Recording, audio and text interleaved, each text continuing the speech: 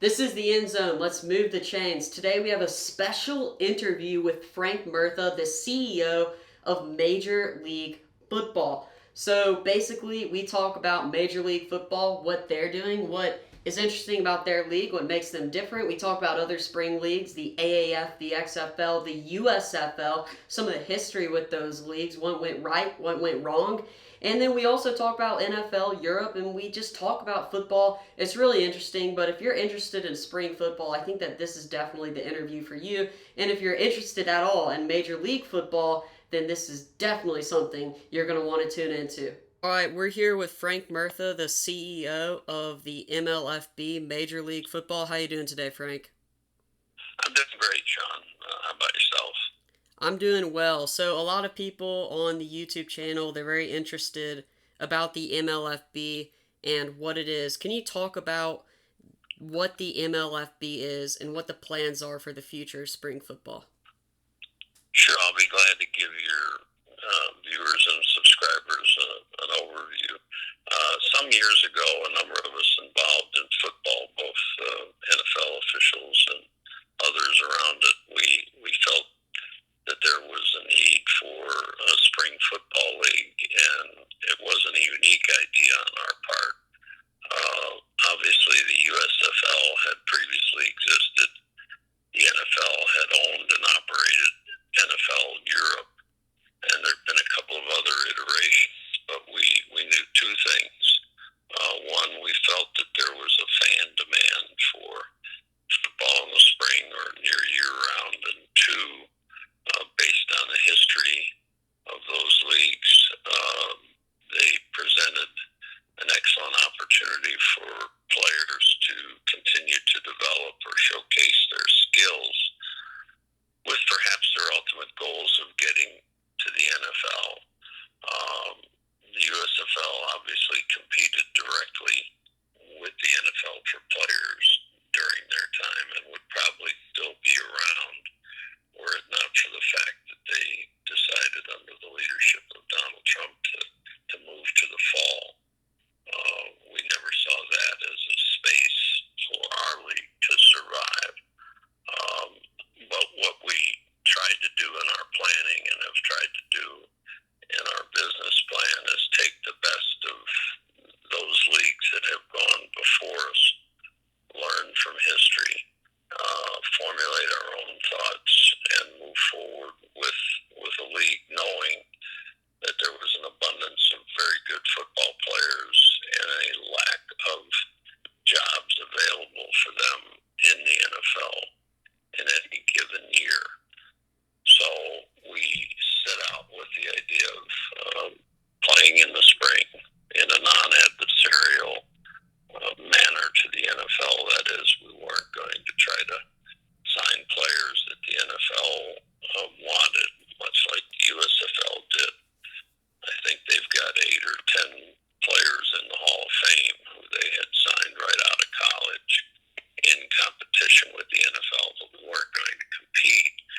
But we also knew the added factor that with the changes in the NFL collective bargaining agreement, with the changes in the rules, the NCAA rules on how much practice time colleges were allowed to have their players practicing, that skill sets of the players, and it's perhaps imperceptible to the average fan, but that the skill sets of players today versus even 10 or 12 years ago weren't as highly developed. By that I mean NFL practices and contacts are limited both in time and duration. There's no off-season contact practices.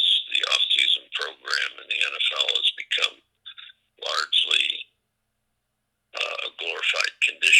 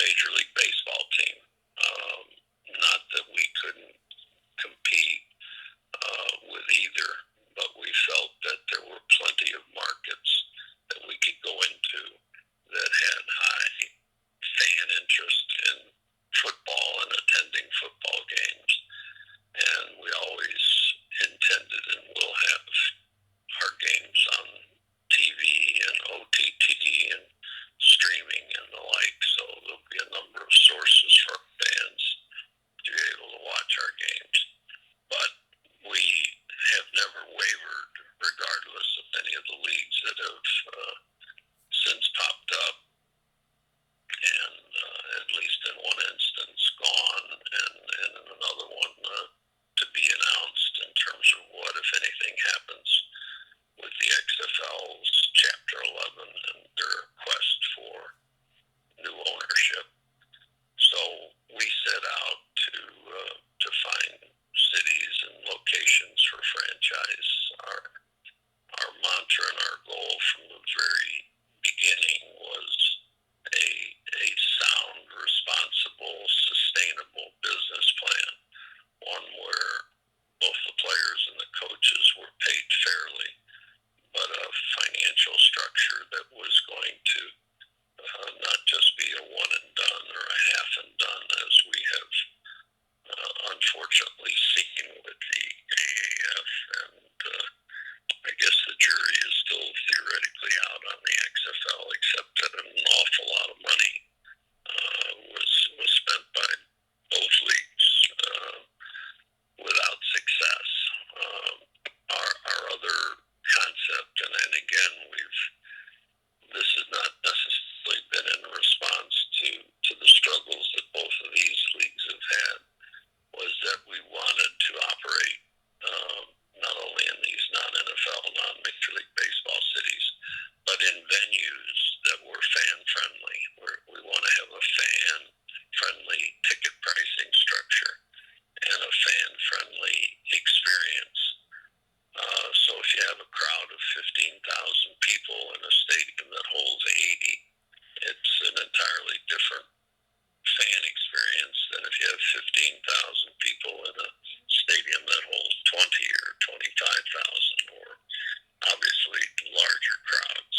So as we have searched for franchise locations, that has been one of our search criteria, was cities and states that were good football hotbeds, but had venues that fit that cookie cutter model. And as I said, with few exceptions, what's happened with these other leagues hasn't dissuaded us that this was the right path to take. For instance, we have never, even with the AAF failure, we, and the XFL, as I said, still to be determined, where we were able to acquire all of the AAF's not only football equipment, but office equipment and a whole variety of other assets of theirs via the bankruptcy court. And what that meant to us was, for a fraction of their actual cost that we would have been expending out of our invested capital, we were able to get all that equipment. The two things that both leagues also did for us, other than reinforcing the concept that our business model and our income and expense model was accurate, was that they did prove our concept. Their attendance was good in the cities. The reaction of the fans around the country was positive. Their TV ratings were positive. And while we had originally planned on hitting the field in 2016, we would have been the Lone Ranger, the pioneer, if you will, at that stage. And as we went to our TV partners, we didn't know what kind of ratings. We had some ideas.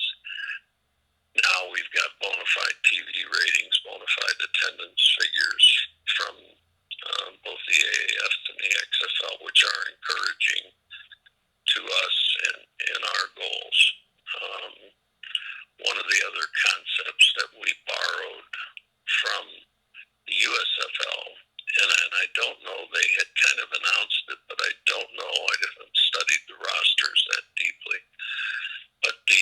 XFL had the concept of a territorial or regional draft where a certain portion of the roster would be made up of players who went to school or lived and were known in the state or city or region where the team was playing.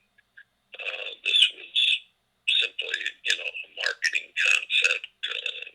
For example, if you had a starting player who was somewhat of a star at the University of Alabama or Auburn, he might be known to all the Alabama fans, but he might very well be unknown to the fans up in Ohio.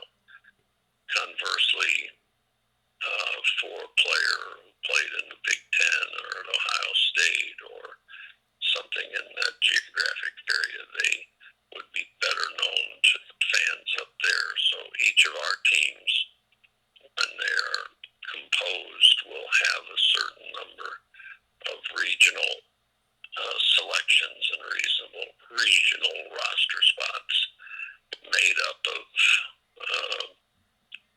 players from that region. It won't be just exclusively that. It will then will be an open draft or allocation of players from multiple parts of the country. And the advantage of our league, which is set up, and we modeled this after Major League Soccer and the way Lamar Hunt originally set that up, and that is that we're a single entity ownership. We are a publicly traded company, which imposes certain burdens on what I can say and not say in terms of non-public information. But we basically are going to be free once we get to training camp with our tentative rosters to move players around. If we find out that our Alabama team, for instance, doesn't have a good left tackle, but our Ohio team has three good ones, we can easily move those fellows around to create greater competitive balance as we move out of training camp and on to the regular season. We settled our headquarters in Lakewood Ranch, Florida, largely because they have a beautiful complex here, and your viewers and fans can check it out on the internet. It's called Premier Sports Complex in Lakewood Ranch, Florida. And they have 27 champion grass fields, putting green quality grass with a special irrigation and drainage system. So if we have one of our Florida rainstorms, they can suck the water down out of the grass, and the field is more than playable. And if there's a little bit of a drought, they can force water up into the grass. And then 9 of those fields are lit. So we will have our training camp here in Lakewood Ranch beginning in April of 21. And we won't need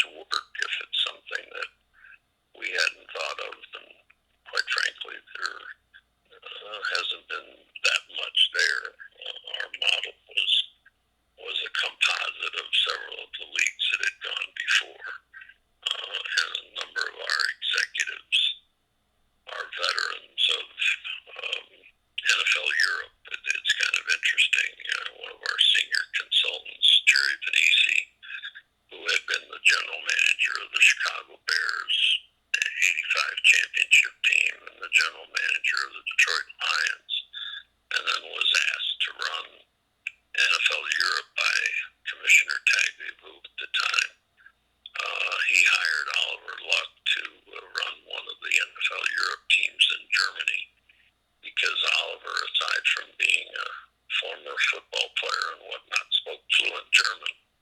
So it was, I think it's safe to say, Oliver's first executive job in football came via a gentleman who's forgotten more football than I know, Jerry Venisi.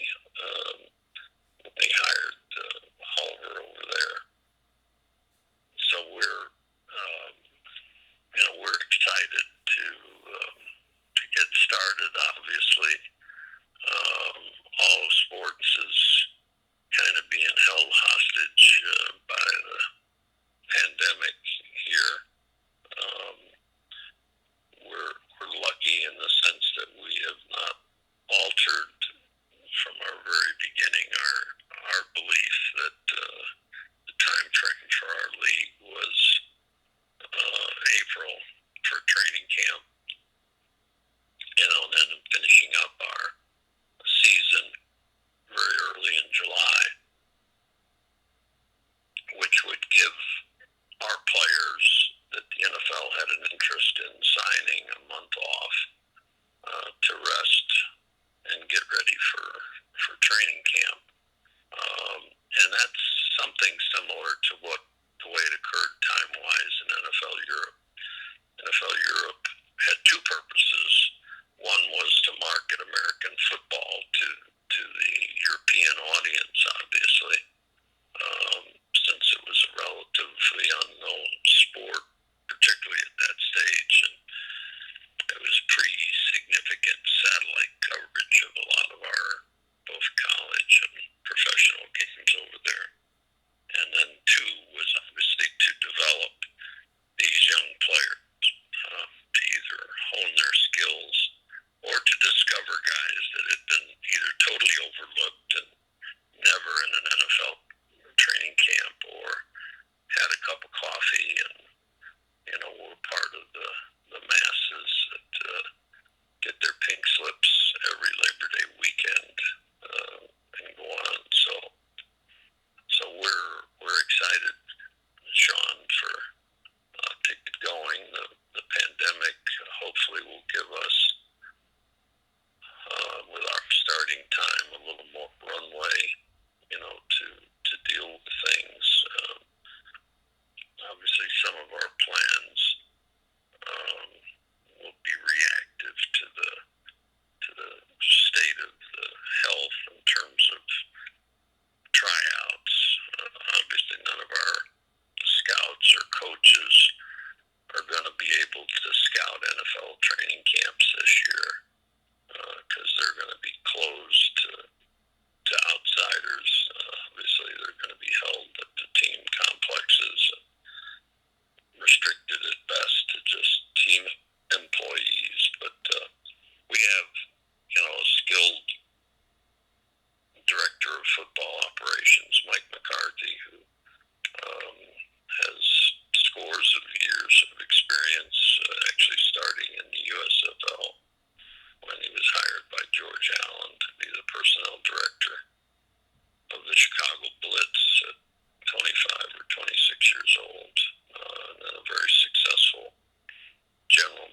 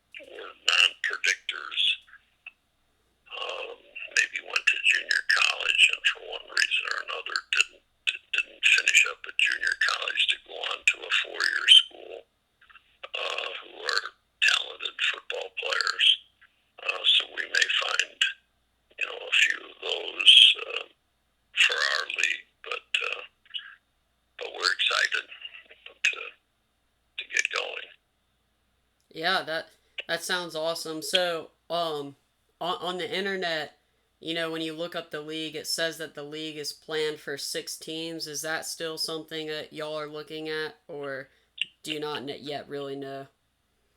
No, we're still planning 6 teams, and then we'll be expanding the number of teams in each of the years thereafter. But we're um, again trying to be conservative in a number of ways, so we feel that 6 teams is a comfortable number for us to begin with, uh, and that's still what our plan is. And again, it'd be a training camp down here in Florida um, with the 6 teams um, and a training camp roster probably of 70 and possibly 80 players. Um, So, and then, oh, sorry. no, that'll be per team.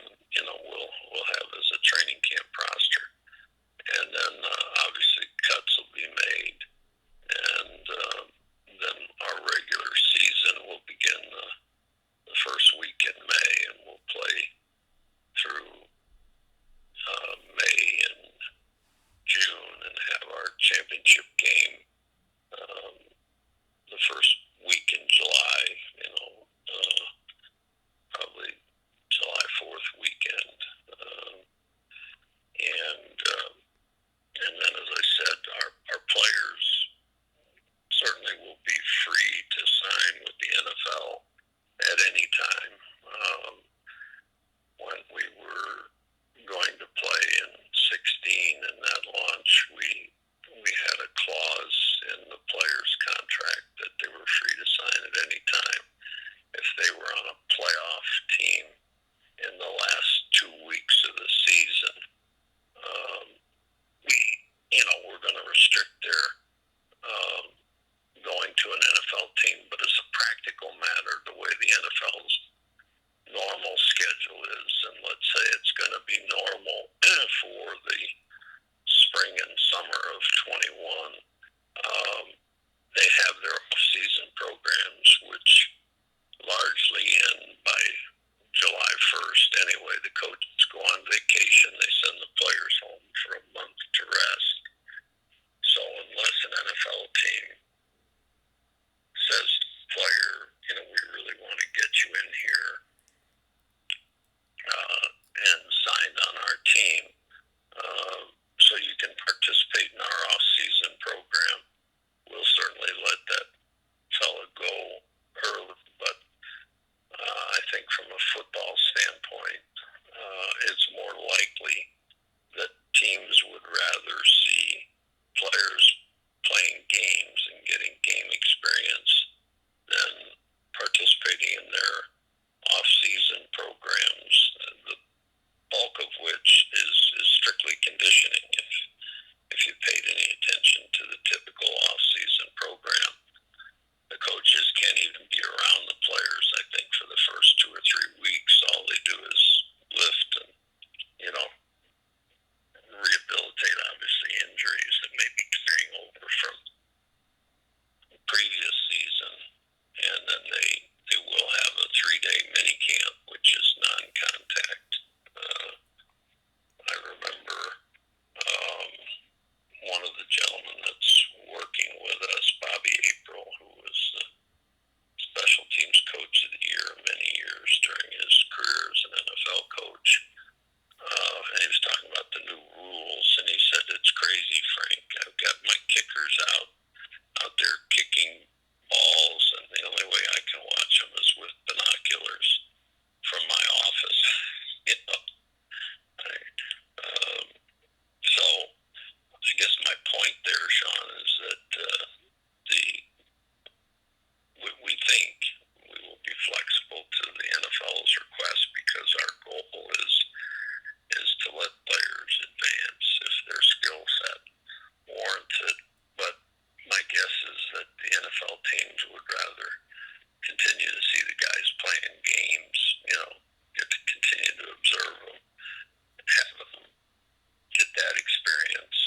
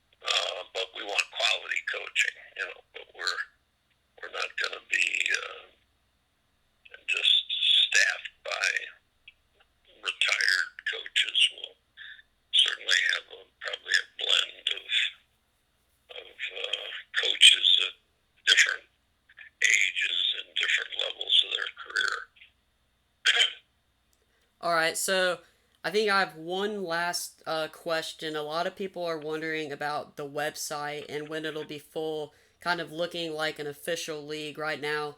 It looks professional, but it looks a lot like a business. Like when will it look like a football league with teams, all that stuff? We have had engineer type website designers working on what would be a more traditional website, and that will probably coincide going on with, I'll call perhaps our official launch, where we'll be both officially naming teams and locations and uh, cities and that sort of thing. We have probably 90%. It could go live now, but like much of what I've tried to do, right or wrong, I wanted everything to be as set as we could and as professional as we could make it. So um, I would expect that we, should have that site up and running. Hopefully more in terms of weeks. If not sooner. Um, a number of things have moved along. The pandemic part has just slowed us down for other different reasons, because obviously we weren't necessarily going to be signing any players or anything at this point. But we'll have something that our fans will, um, be more involved with, and our game day is going to be a full, we hope, game day experience for our fans, not just come to the stadium 20 minutes before kickoff, but we're going to have activities for our fans and entertainment for our fans, both pre and post game, so that it can be a real family outing for our fans, and have some good football. Well, the MLFB definitely sounds fun. I'll be watching for the website and posting. Thanks for staying on today. Thanks for watching the EndZone. Make sure to like, subscribe, and comment so we can move the chains.